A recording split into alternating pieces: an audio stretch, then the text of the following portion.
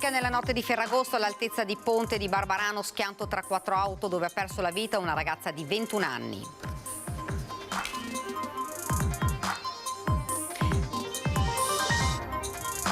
Paura a Canazei in Val di Fassa per una bambina di 3 anni di Montebelluno precipitata in un dirupo durante un'escursione con i genitori. La piccola, sempre cosciente, è stata trasportata all'ospedale di Trento.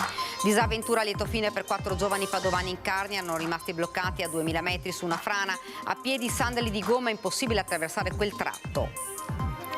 Un veneziano padre di 2 ragazzini di 10 e 15 anni denunciato per abbandono di minori ha lasciato da sole le figlie al bar del porto di Napoli per andare a ubriacarsi. Il Veneto dichiara guerra al granchio blu, domani al via la cattura delle femmine con il posizionamento di 300 nasse lungo il delta e Zaia lo porta in conferenza stampa.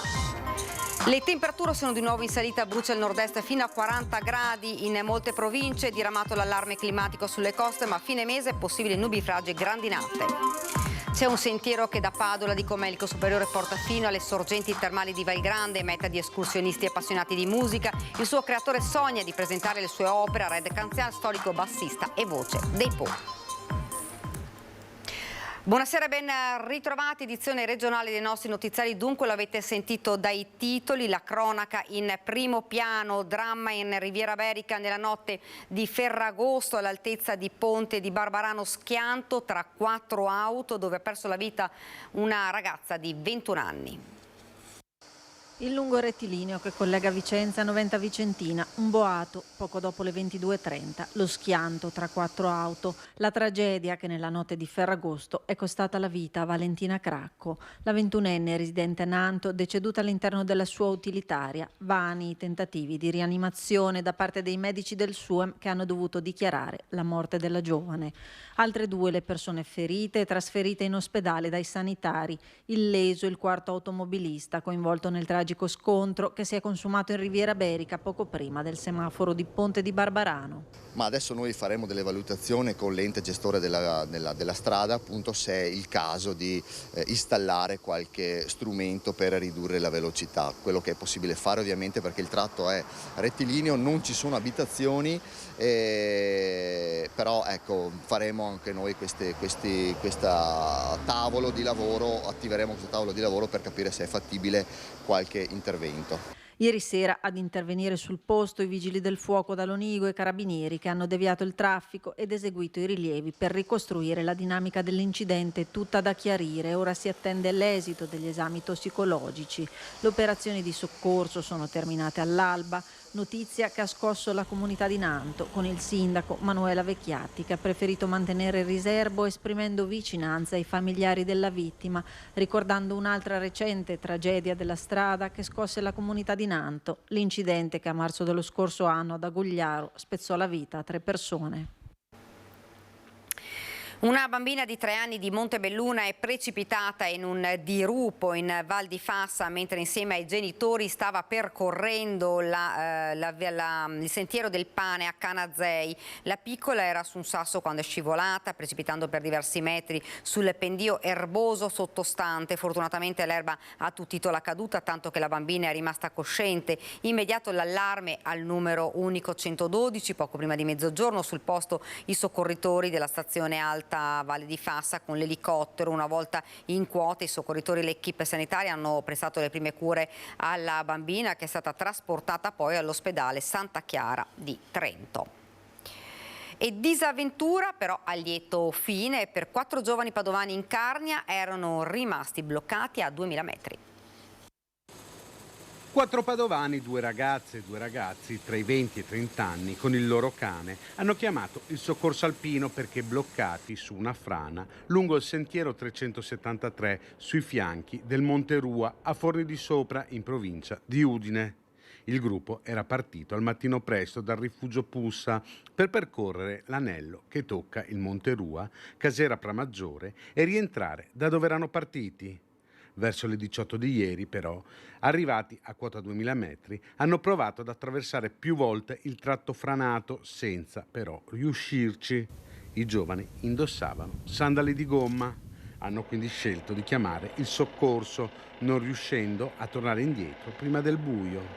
Grazie all'utilizzo dell'elisoccorso, i 4 e il cane sono stati recuperati e lasciati a Forni di Sopra. Un veneziano papà di 2 ragazzine di 10 e 15 anni è stato denunciato per abbandono di minore. Con una giustificazione si sarebbe allontanato lasciandole sole al porto di Napoli, dove erano in attesa del traghetto per Ischia. Dopo 20 minuti hanno provato a contattarlo perché il traghetto stava per partire. Lui ha risposto che stava arrivando, ma dopo mezz'ora ancora nulla. Così qualcuno tra i presenti ha chiamato i carabinieri che, ascoltata la descrizione delle figlie, hanno cercato di capire dove fosse il padre, trovato poi a centinaia di metri di distanza, completamente ubriaco, farfugliando frasi confuse. Le forze dell'ordine hanno rintracciato la madre, che evidentemente non era con loro, e su una sua indicazione le figlie sono state affidate ad un conoscente napoletano. Dei previsti 200.000 migranti in arrivo in Italia, solo il 10% avrà titolo a restare. Così il presidente di Regione Luca Zaia in merito alla necessità di creare un hub per rimpatri anche in Veneto. Il previsto flusso di migranti in arrivo nel nord-est, insieme alla mancanza di medici che in Veneto tocca quota 3.500, proiettano forti preoccupazioni e inquietudini per i prossimi mesi, unite al fatto che il commissario straordinario per l'emergenza migranti, Valerio Valenti, ha parlato di istituire in ogni regione un hub per i rimpatri. Al momento non abbiamo un dossier aperto su questo. Resta il fatto che siamo arrivati a una situazione di sostenibilità. In questo momento stiamo ospitando 9.000 persone, ma abbiamo purtroppo la contezza che solo il 10% di queste persone avrà il titolo di rifugiato. Con la fine dell'estate è previsto l'arrivo di un numero maggiore di immigrati rispetto allo stesso periodo dell'anno scorso, con una stima superiore al centinaio di migliaia. Fatte 200.000 le persone che arriveranno quest'anno via mare, sappiamo che solo un 10% o 11% avrà titolo ad essere qui in Italia, quindi stiamo parlando di 20.000 persone. Con Zaia che ribadisce come l'Italia non possa essere il cuscinetto dell'Europa e accogliere tutta l'Africa. Questo non ci aiuta ad aiutare i profughi veri, e quindi sono loro che poi ne fanno le spese. Del resto tutta l'Africa in Italia non ci può stare ed è scandalosa la posizione europea. Difficile se non impossibile poi rimpatriare gli oltre 150.000 immigrati non aventi titolo a restare. Come fare visti pochi agenti sul territorio, con 10 poliziotti che devono scortare ogni migrante verso l'aereo? Qui si sta minando la sicurezza dell'Italia, conclude sempre Zaia. Dobbiamo denunciare questa posizione scandalosa dell'Europa rispetto all'immigrazione.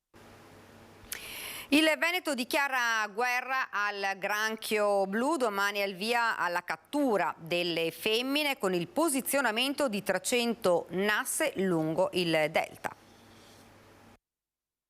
Un alieno invasivo, il granchio blu, arrivato con le acque di stiva delle navi giunte dalle coste americane fino a quelle argentine, rischia di mettere in serio pericolo la biodiversità del nostro Adriatico. Vongole, moeche e mitili in generale i suoi preferiti, ma anche le specie autoctone come seppie, orate e branzini. Al suo passaggio elimina tutto perché da carnivoro qual è si nutre di tutto e distrugge tutto. Ad oggi l'unico suo antagonista è se stesso, visto che è pure cannibale. Stanziati dalla regione 80.000 euro per i primi studi e il governo ha già erogato quasi 3 milioni di euro. L'altra caratteristica, questo non è particolarmente grande, ma può arrivare fino a una larghezza di 23 centimetri, mentre la femmina arriva a 20 centimetri. Ecco, questa è una femmina, vedete che le chele qui all'estremità sono arancio-rosse. Un'altra caratteristica, se riuscite un altro po', è il segmento. Questo, vedete, questo segmento a forma di T rovesciata è proprio è tipico del maschio, mentre vedete che la femmina è molto più retondeggiante.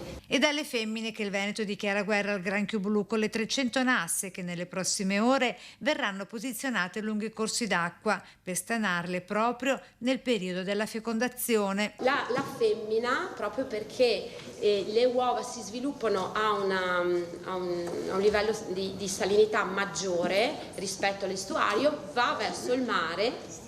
Eccole là, vedete, infatti questa fase viene detta sponge i pescatori la chiamano di sponge di spugna perché sembra una vera e propria spugna, come ha detto il Presidente, riesce a deporre da un minimo di 700.000 a un massimo di 8 milioni, quindi tantissime. Ovviamente non tutte arrivano a maturità, però anche se fosse una percentuale minima, si ipotizza un 10%, comunque sono moltissime. In Veneto ad oggi raccolte 326 tonnellate che solo in questo mese di agosto hanno raggiunto la quota di 84 tonnellate a Scardovari e 29 a Pila. La Giunta regionale ha approvato il bilancio di previsione 2024-2026, stanziati 3 milioni e mezzo di euro per la messa in sicurezza del territorio, bloccata l'addizionale IRPEF. Approvato il bilancio di previsione del Veneto 2024-2026, manovra da 18 miliardi di euro, di cui 10 miliardi alla sanità. Bilancio tax free, cioè non ci sarà alcuna tassa a carico dei residenti. È una scelta di razionalizzare la spesa e quindi di non gravare la spesa regionale di quella che è la tassazione che utilizzano tutte le altre regioni d'Italia. Ricordo, tutte le altre regioni a statuto ordinario hanno l'addizionale IRPEF. Il Veneto è l'unica che non la applica e che per noi potrebbe, applicandola ai massimi sistemi, potrebbe generare 1.150 milioni, quindi in 14 anni sono circa 15 miliardi di euro che sono lasciati nelle tasche dei veneti. Con lo stanziamento di 3 milioni e mezzo con i 16 milioni precedenti all'assessore Bottacin per quanto riguarda il dissesto idrogeologico del nostro territorio. Sì, è un intervento in più rispetto a quello che tradizionalmente l'assessorato dell'assessore Bottacin ha a disposizione e che nel corso di questi anni ha visto interventi per più di 2 miliardi, quindi un territorio che viene costantemente attenzionato. Confermato lo stanziamento per la cultura è pari a 12 milioni sui 18 complessivi a disposizione dell'assessorato anche per le altre competenze, mentre sulle borse di studio universitarie, oltre alla quota regionale, il Veneto è in attesa di conferme sulla quota di compartecipazione statale. La platea degli aventi diritto ha fatto di fatto esplodere un costo che noi dagli 8 milioni che ogni anno più o meno siamo riusciti a garantire dovrebbe aggirarsi intorno ai 21. Quindi questi ulteriori 13 milioni di euro riteniamo non debbano essere caricati solo ed esclusivamente nelle tasche della Regione. Quindi le Olimpiadi di Milano Cortina 2026, le cui opere, sebbene completamente a carico del governo, vedono la Regione impegnata a liberare, per così dire, gli 85 milioni di fideiussione, anomalia anche per la Lombardia, così spiegata dall'assessore Calzavara. Una garanzia che io credo, come è successa e che succede in tutte le parti del mondo dove si svolgono le Olimpiadi, è il governo nazionale che garantisce il CIO e non le regioni, che sono invece poi i luoghi dove vengono ospitati. Ci spostiamo ora a Padova, sono stati segnalati 2 nuovi casi di West Nile in provincia di Padova, il totale dei malati arriva a 4 nell'estate 2023.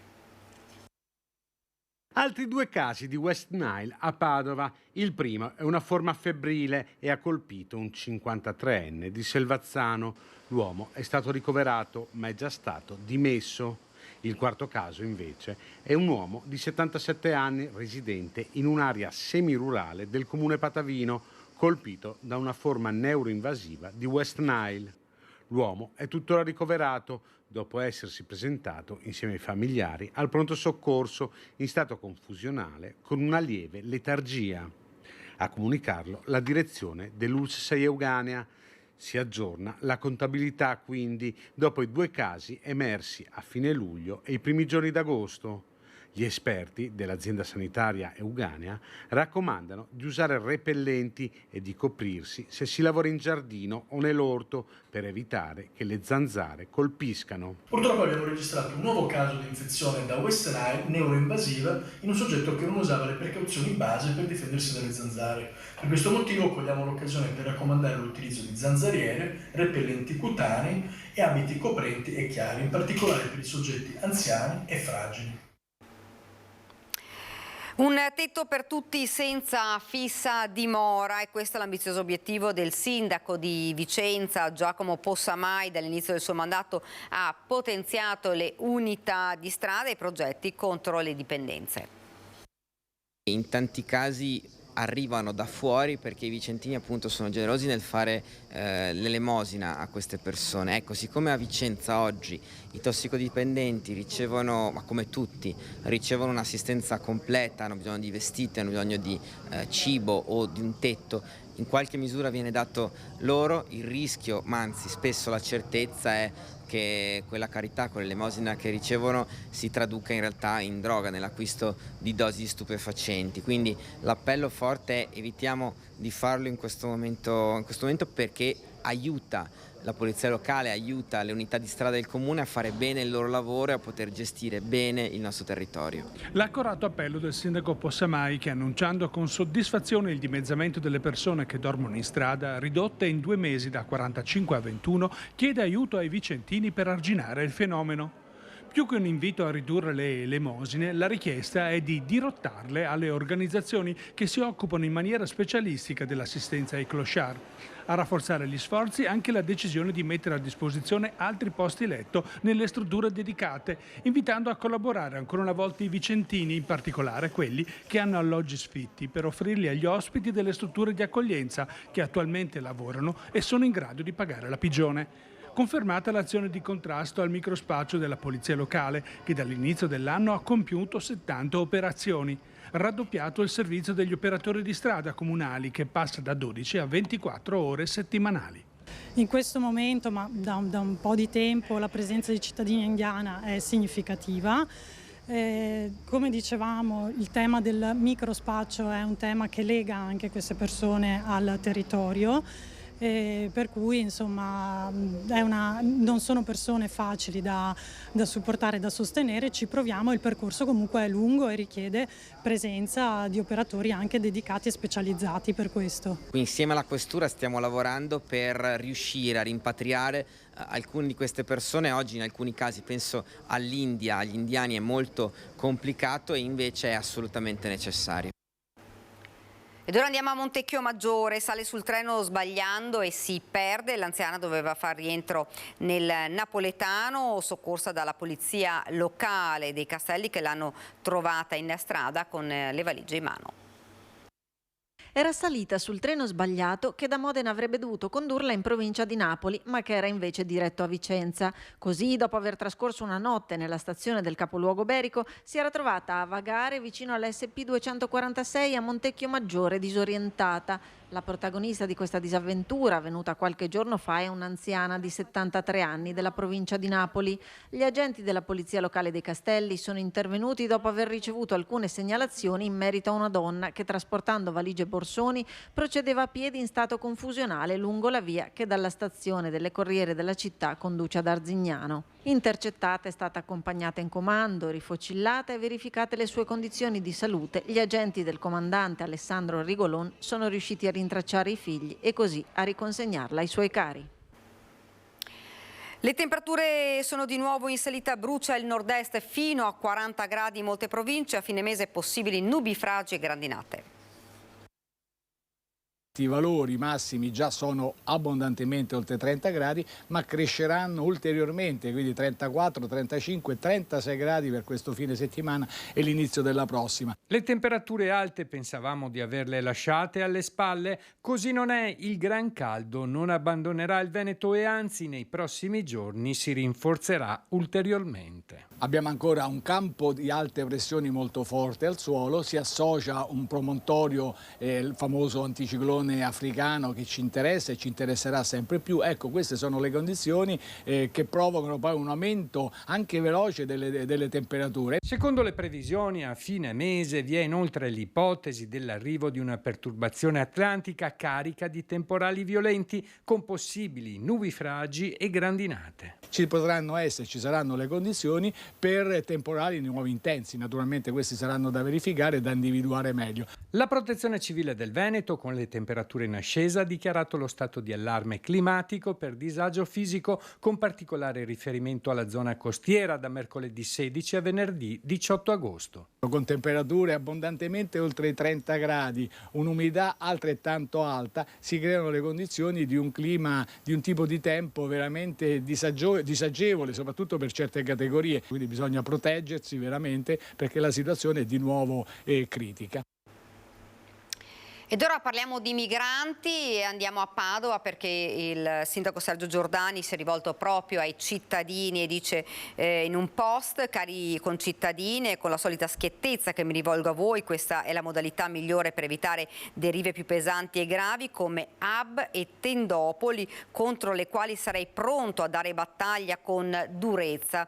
Diamoci una mano senza perdere di vista un tema importante: stiamo parlando di persone, esseri umani, uomini, donne e bambini. Non deve mai venir meno in noi un approccio severo nel tutelare il nostro territorio, ma umano e solidale nel capire che non è facendo la voce grossa o con gli slogan vuoti che fermeremo processi strutturali ed epocali. Dunque no del sindaco di Padova ad hub e tendopoli. Temposario chiuso in questi giorni di affluenza turistica. L'onorevole Racchella lancia una proposta.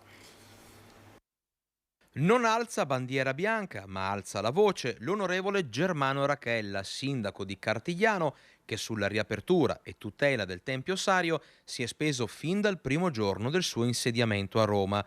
La scelta di tenerlo chiuso nei giorni di maggior afflusso di turisti a cavallo di Ferragosto ha indignato l'opinione pubblica e non solo. Lo trovo quasi vergognoso, anche perché su un territorio come il nostro, dove la prima e seconda guerra mondiale hanno lasciato dei segni indelebili, è un peccato vedere un ricordo di chi ha combattuto per la nostra libertà chiuso e i turisti che vengono a Bassano del Grappa non possono visitarlo.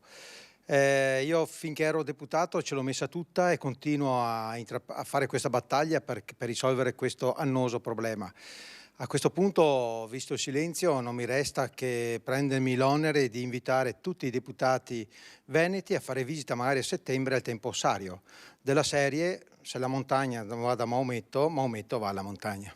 Un'assunzione di responsabilità e un inno al gioco di squadra, e dopo questo appello all'unione di intenti Germano Racchella fa il punto della situazione. Ora come ora, io ho sentito anche 15 giorni fa la struttura di missione, il Tempio Sario come quello di Asiago non sono nelle priorità, perché la priorità per ora è il Re di Puglia.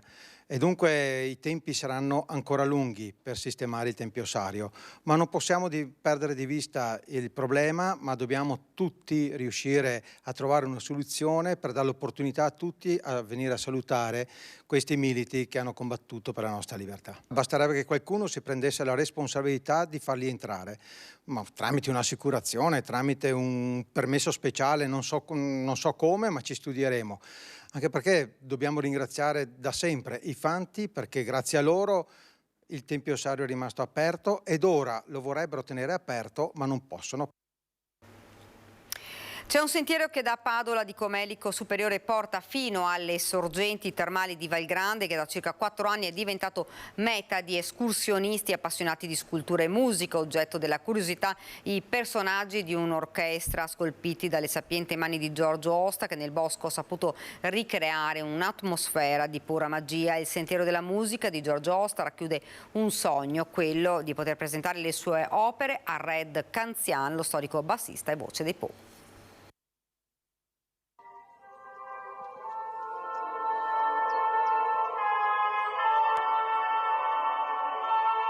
Tutto è nato un po', diciamo quasi casualmente, cominciando a fare un po' di legna per pulire il bosco.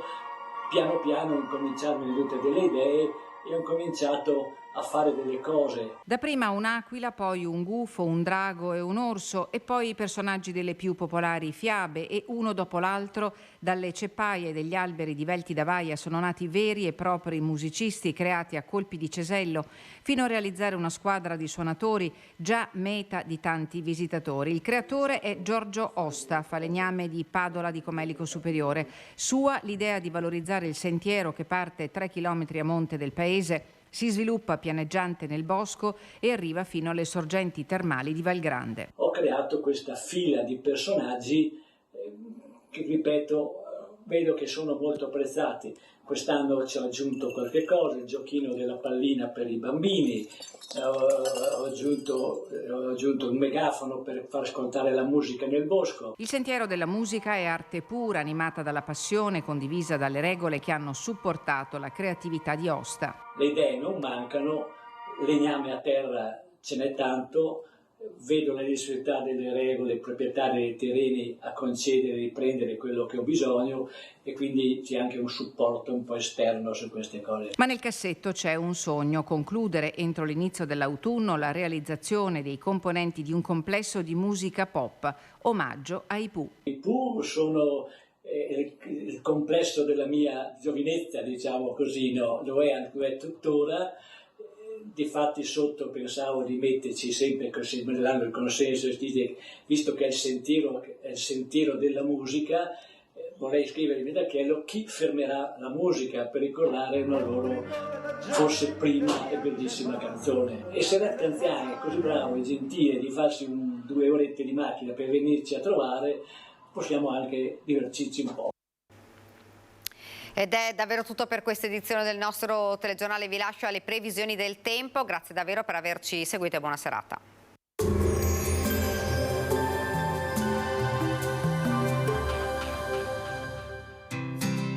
L'Unic Star, le uniche pagliette antibatteriche in commercio, prodotte anche per i marchi più importanti, sia nazionali che internazionali. Benvenuti al Meteo Previsioni per giovedì 17 agosto. Sul Veneto cielo in prevalenza poco nuvoloso con spazi di sereno più presenti nelle ore più fresche della giornata. Sui rilievi atteso nel pomeriggio qualche addensamento nuvoloso che potrebbe portare a qualche rovescio temporale. Temperature minime tra i 19 e i 23 gradi, massime sui 33-34 gradi. Sul Friuli Venezia Giulia cielo in prevalenza poco nuvoloso, sulla zona montana da poco nuvoloso a variabile con probabili rovesci e temporali sparsi al pomeriggio. Sulla costa al mattino soffierà lieve borino, in giornata venti a regime di brezza. Temperature minime tra i 20 e i 23 gradi, massime intorno ai 30-31 gradi. Sul Trentino Alto Adige soleggiato al mattino, dal pomeriggio previsti annuvolamenti localmente associati a rovesci temporali anche intensi. Temperature senza variazioni di rilievo, venti deboli o moderati a prevalente regime di brezza.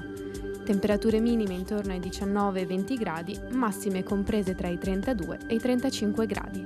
Dal meteo è tutto, arrivederci.